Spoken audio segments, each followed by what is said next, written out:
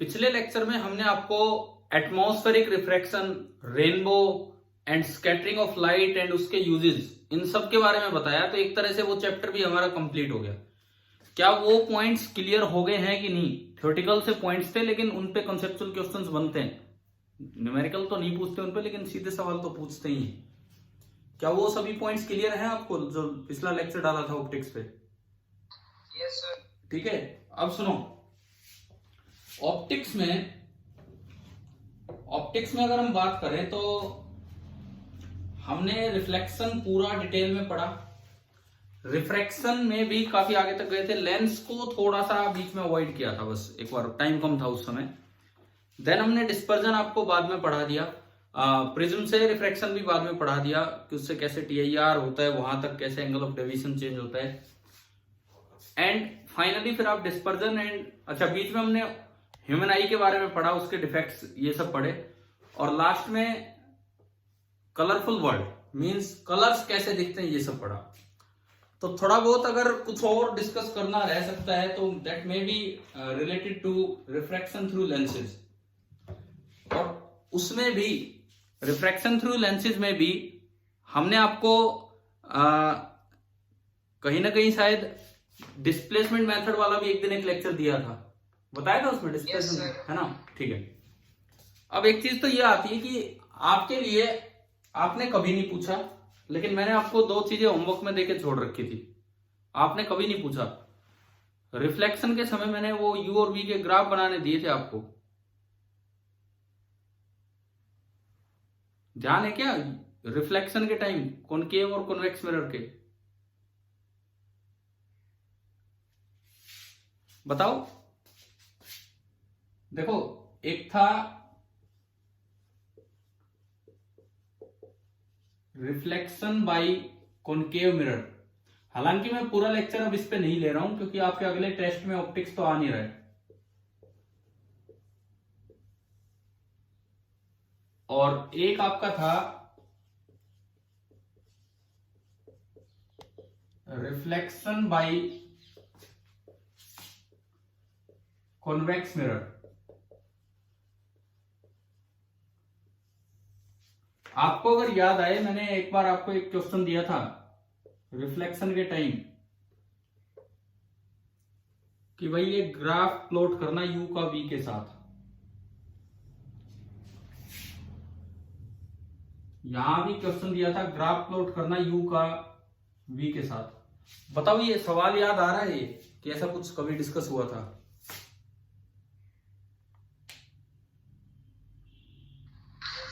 ये किया है फिर आपने आज तक या नहीं?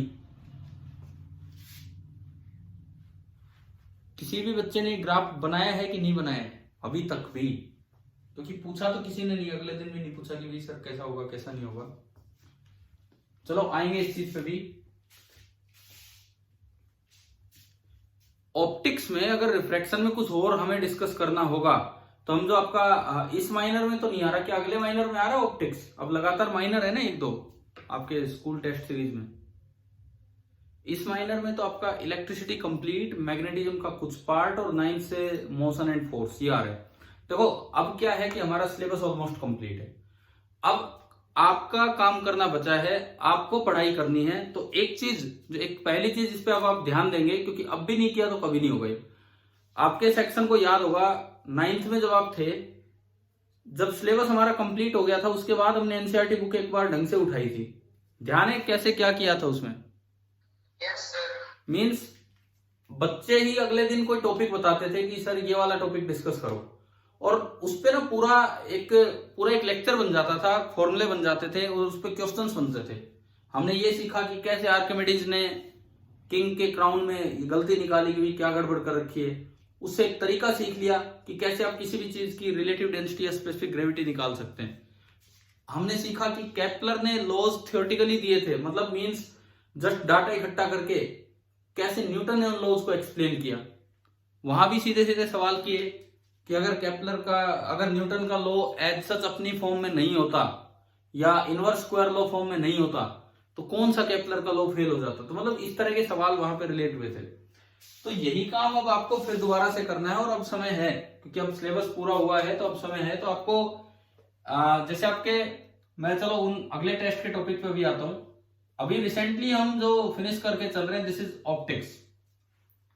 अब ऑप्टिक्स आप अपनी बुक का जैसे पहला ही पेज निकालोगे चैप्टर 10th का, एनसीईआरटी चैप्टर 10th, सपोज मैं पहला ही पेज निकालता हूं, लाइट रिफ्लेक्शन एंड रिफ्रैक्शन। अब इसमें मोर टू नो में एक बात बता रखी है डिफ्रैक्शन से रिलेटेड। मोर टू नो में इसमें पहला ही पॉइंट में डिफ्रैक्शन से रिलेटेड मैंने जब स्टार्ट किया उस दिन भी बताया होगा। सपोज आपसे पूछ लिया जाए कि जो बेंडिंग ऑफ लाइट है, बेंडिंग ऑफ लाइट, आमतौर पे तो हम मानते ही नहीं कि लाइट बेंड करती है क्योंकि शैडो बन जाती है। बेंडिंग ऑफ लाइट कब कब पॉसिबल है, आप कब देख पाओगे बेंडिंग ऑफ लाइट? या तो साइज ऑफ ऑब्स्टेकल, या तो साइज ऑफ ऑब्स्टेकल क्या हो, बहुत ही छोटा हो, या तो साइज ऑफ ऑब्स्टेकल बहुत ही छोटा हो, या फिर जहां शैडो बननी है वो स्क्रीन ऑब्स्टेकल से बहुत दूर हो। Distance between obstacle and screen is large. Distance between obstacle and screen is large. या तो होल इतना छोटा हो कि हमें वो होल की तरह दिखे भी ना, या कोई ऑब्स्टेकल आए तो वो इतनी छोटी हमें वो दिखे ही ना, तो वहां से लाइट बेंड होती है। या फिर आपको ये पढ़ाया था मैंने कि हवाई जहाज की शैडो नहीं बनती है। Yes sir. तो क्यों नहीं बनती? क्योंकि वो हवाई जहाज, हाँ, वो ऑब्जेक्ट छोटा नहीं है, ऑब्जेक्ट तो बड़ा है, लेकिन उससे, उस ऑब्स्टेकल से और अर्थ की स्क्रीन की डिस्टेंस बहुत ज्यादा है, तो तब तक लाइट रे बेंड कर जाती हैं और शैडो वाले इलाके में पहुंच जाती है। ये वही बात है जैसे आपने एक बॉल को फेंका, ग्रेविटी की वजह से बॉल बेंड होगी, लेकिन अगर दीवार बहुत पास है तो क्या वो बेंडिंग मुझे महसूस होगी, या बॉल सीधी जाती दिखेगी?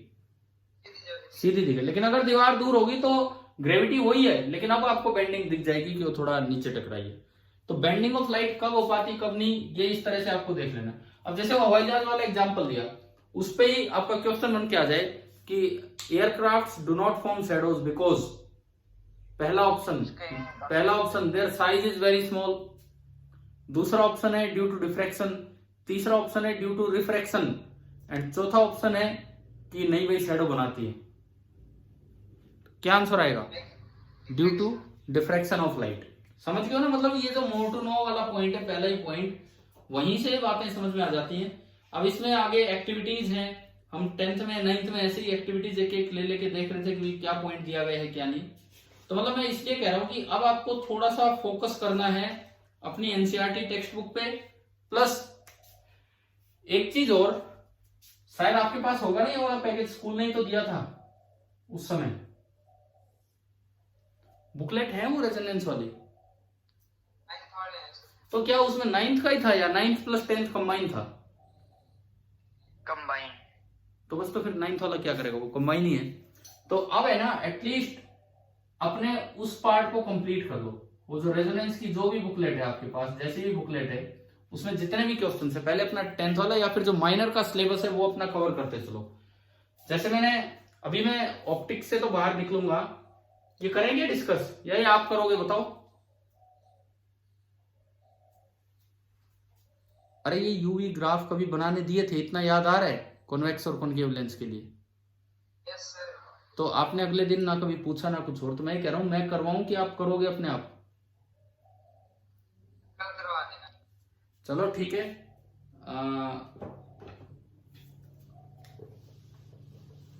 अगर किसी को हिंट लेना हो ना, इसका हिंट लेना हो, तो जो 12th क्लास के जो वीडियो लेक्चर अपलोड किए गए, एक प्लेलिस्ट आपकी चल रही है ऑप्टिक्स फॉर एनटीएससी, और एक अलग चल रही है उसी चैनल पे ऑप्टिक्स फॉर आईआईटी, पीएमटी या नीट या सीबीएसई 12th, इस तरह से। तो उनपे उनके हाल फिलहाल में रिफ्लेक्शन ही पूरा हुआ है, अभी तो रिफ्लेक्शन स्टार्ट हुआ है, तो उनके पूरे के पूरे दोनों ग्राफ ढंग से एक्सप्लेन किए गए हैं, तो आप वहां से देख सकते हैं ये चीज। ठीक है, मैं जस्ट बना देता हूं, वहां से समझ भी सकते हो, नहीं तो खुद समझ लेना कि कैसा क्या होगा। चलो ठीक है, आप ही ट्राई करना, मैं क्यों बनाऊं, जब एक बार आप कम से कम इस बहाने देखोगे तो सीख उसकी भी क्या है क्या नहीं, इस तरह से। ठीक है, देखो जो रे ऑप्टिक्स है वो अब मैं आजकल 12th में करवा रहा हूँ, ऑलमोस्ट सेम है, उनको थोड़ा सा और डेप्थ में करवाया जा रहा है, ऑलमोस्ट सेम है। तो आप चाहें तो वहां से, अगर आपके पास टाइम हो तो आप वहां से लेक्चर अटेंड कर सकते हैं, अपना देख सकते हैं चीजें। ठीक है, ये आपका होमवर्क है, ये अपना कंप्लीट करना, ये वाला पार्ट जो पेंडिंग वर्क आपने छोड़ा हुआ है। अच्छा, अब सुनो, एक बच्चे ने एक सवाल भेजा था और मैंने बस उसको पर्सनली वैसे ही रिप्लाई करके समझा दिया था। मैं क्लास में बताता हूं। मैंने आप लोगों को एक दिन बोला कि कैमरा वाला टॉपिक हम पढ़ेंगे, पिनहोल कैमरा बोला था, ये कभी नाम लिया है क्लास में? लेकिन कोई जरूरत नहीं है। वो एक डिवाइस है और सिंपल एक होल की तरह काम करता है, एक डिवाइस है। और आपके सिलेबस में वो है नहीं, ना इवन 12th के सिलेबस में। पहले कभी कैमरा पे सवाल आते थे, अब कोई सवाल नहीं आता है, तो हमें अलग से डिवाइसेस बढ़ाने की जरूरत नहीं है। हाँ, बस इतना आप याद रखो कि एक कोई होल है, सिंपल होल, थोड़ा सा छोटा होल, तो वो ना एक कॉन्वेक्स लेंस की तरह बिहेव कर जाता है। एक होल एक लेंस की तरह बिहेव कर जाता है। जैसे एक बच्चे ने क्वेश्चन भेजा था, पता नहीं मैंने आपके ग्रुप पे सेंड किया कि नहीं, अब की बात नहीं है, कई दिन पहले की बात होगी, उनको मैंने रिप्लाई दिया था। उसमें था कि एक फार साइटेड आई है। फार साइटेड आई क्या होती है? उसको मायोपिया है कि उसको हाइपरमेट्रोपिया है? हाइपरमेट्रोपिया। ये चीजें दिमाग में रखना। अच्छा, इससे मुझे याद आया, आपके पिछले पेपर में, आप मुझे बताओगे 12 में से नंबर आए हैं कि 13 में से आए हैं आपके? हैं कितने में? 12। क्या वहां लिखा हुआ है कहीं कि 12 में से हैं ये? और दूसरी बात, वो जो काइनेटिक एनर्जी वाला क्वेश्चन था, उसमें अब आंसर ए है या सी है? किसके अकॉर्डिंग मार्क्स आ रहे हैं आपके? अरे किसी ने तो देखा होगा, आपके नंबर जो जुड़े हैं उसके हिसाब से। काइनेटिक एनर्जी वाला जो ग्राफ था, वो स्ट्रेट लाइन के अकॉर्डिंग, ए के अकॉर्डिंग आंसर से मार्क्स दिए हैं, या वो पैराबोला जो हमने बताया था पैराबोला होना चाहिए, उसके अकॉर्डिंग मार्क्स आए आपके? चलो कोई नहीं बोल रहे तो छोड़ो। अब सुनो, ये क्वेश्चन था एक बच्चे का कि एक फार साइटेड पर्सन है, वो वैसे बुक रीड नहीं कर पा रहा है, लेकिन अगर वो पैनल में एक होल के थ्रू देखता है तो वो बुक रीड कर पा रहा है। अब यूं बताओ, हाइपरमेट्रोपिया किसी को है, हाइपरमेट्रोपिया किसी को, तो उसको ठीक करने के लिए कौन सा लेंस चाहिए? अगर हाइपरमेट्रोपिया किसी को है तो उसको ठीक करने के लिए कौन सा लेंस चाहिए? बोलो। कॉन्वेक्स। और जैसा कि उसमें जानकारी थी कि एक फार साइटेड पर्सन अगर पैनल में एक होल के थ्रू, छोटा होल के थ्रू देखता है, तो वो बुक जो रीड नहीं कर पाया, तब चांसेस है कि वो बुक रीड कर ले। इसका मतलब वो होल कहीं ना कहीं कॉन्वेक्स लेंस की तरह बिहेव करता है, तो वो आई की फोकल लेंथ डिक्रीज करवाने का काम करेगा। डिक्रीज कैसे? ये सुनो, हाइपरमेट्रोपिया में दूर जाके इमेज बन रही होती है और आपको रेटिना तक लेके आनी होती है, तो उसकी फोकल लेंथ थोड़ी कम करवानी होगी। और वैसे भी हम पढ़ते हैं कि 1/f is equal to 1/f1 plus 1/f2। अब अगर आपने होल को एक कॉन्वेक्स लेंस की तरह माना, तो उसमें कुछ प्लस 1/f2 ऐड हो गया, तो 1/f1 में कुछ ऐड हुआ है, यानी कि ओवरऑल ऐड होने से पॉजिटिव नंबर ऐड हुआ है, क्योंकि कॉन्वेक्स लेंस की focal length positive number add हुआ है, तो 1/f क्या हो गया? पॉजिटिव हो गया ना, इंक्रीज हो गया। 1/f इंक्रीज हो गया तो इफेक्टिव फोकल लेंथ क्या हो जाती है? डिक्रीज। ये खाली आई लेंस था, और ये उसके सामने जो होल आया उसकी वजह से, कुछ भी होल आया उससे फैक्टर बढ़ गया। ये फैक्टर बढ़ा तो 1/f बढ़ा, तो यानी कि ओवरऑल f क्या हो गया? कम हो गया।